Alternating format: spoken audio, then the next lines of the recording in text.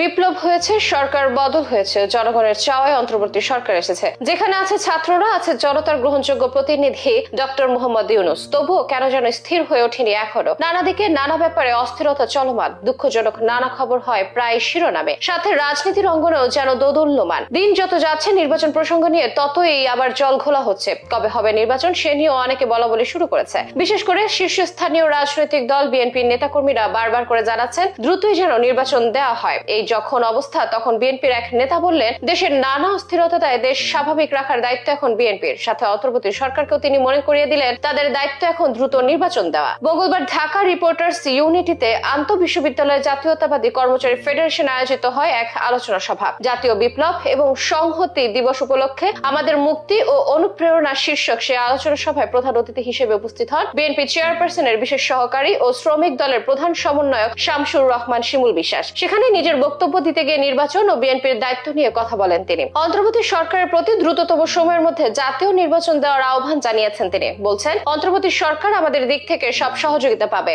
তাদের কাছে আমাদের দাবি হলো তারা যেন একটি অবাধ, সুষ্ঠু ও নিরপেক্ষ নির্বাচন আয়োজন করে। কোনো অজুহাতে নির্বাচনী রোডম্যাপ ঘোষণায় যেন বিলম্ব না হয়। এই বক্তব্যের সাথে নিজ দলের নেতাকর্মীদের এটাও মনে করিয়ে দেয় নির্বাচনের আগ পর্যন্ত দেশের পরিস্থিতি স্বাভাবিক রাখার দায়িত্ব বিএনপির। শিমুল বিশ্বাস তার বক্তব্যে বলেন, বিএনপিকে পরাজিত করার আন্তর্জাতিক ষড়যন্ত্রের অংশ হিসেবে 2008, 2014, 2018 ও 2024 সালের পাতানো নির্বাচন আয়োজন করা হয়েছিল। বিদেশি শক্তির মদতপুষ্ট আওয়ামী লীগ 2041 সাল পর্যন্ত ক্ষমতায় থাকার ঘোষণা দিয়েছিল। একই সঙ্গে আরো 100 বছর ক্ষমতায় থাকার পরিকল্পনা করেছিল। কিন্তু তাদের অহংকারের পতন হয়েছে। এবার সবাইকে ঐক্যবদ্ধ হয়ে জনগণের সরকার বাছাই করতে হবে। এক্ষেত্রে আধুনিক বাংলাদেশ গড়ে তুলতে বিএনপি প্রতিজ্ঞাবদ্ধ বলে জানান শিমুল বিশ্বাস। বলেন, দেশকে স্বনির্ভর জাতি হিসেবে গড়ে তুলতে সকলকে ঐক্যবদ্ধভাবে কাজ করতে হবে। সকল ধরনের দুঃশাসন এবং বৈষম্যের অবসান ঘটিয়ে আধুনিক বাংলাদেশ গড়ে তুলতে বিএনপি প্রতিজ্ঞাবদ্ধ। বিএনপি চেয়ারপারসনের বিশেষ এই সহকারী মনে করিয়ে দেন, বিএনপি ক্ষমতার জন্য রাজনীতি করে না, বিএনপি জনগণের অধিকারের জন্য রাজনীতি করে। তার মতে বিএনপির বাকি সব নেতা কর্মীরা অবশ্য তাগাদা দিচ্ছেন দ্রুত নির্বাচনের জন্য।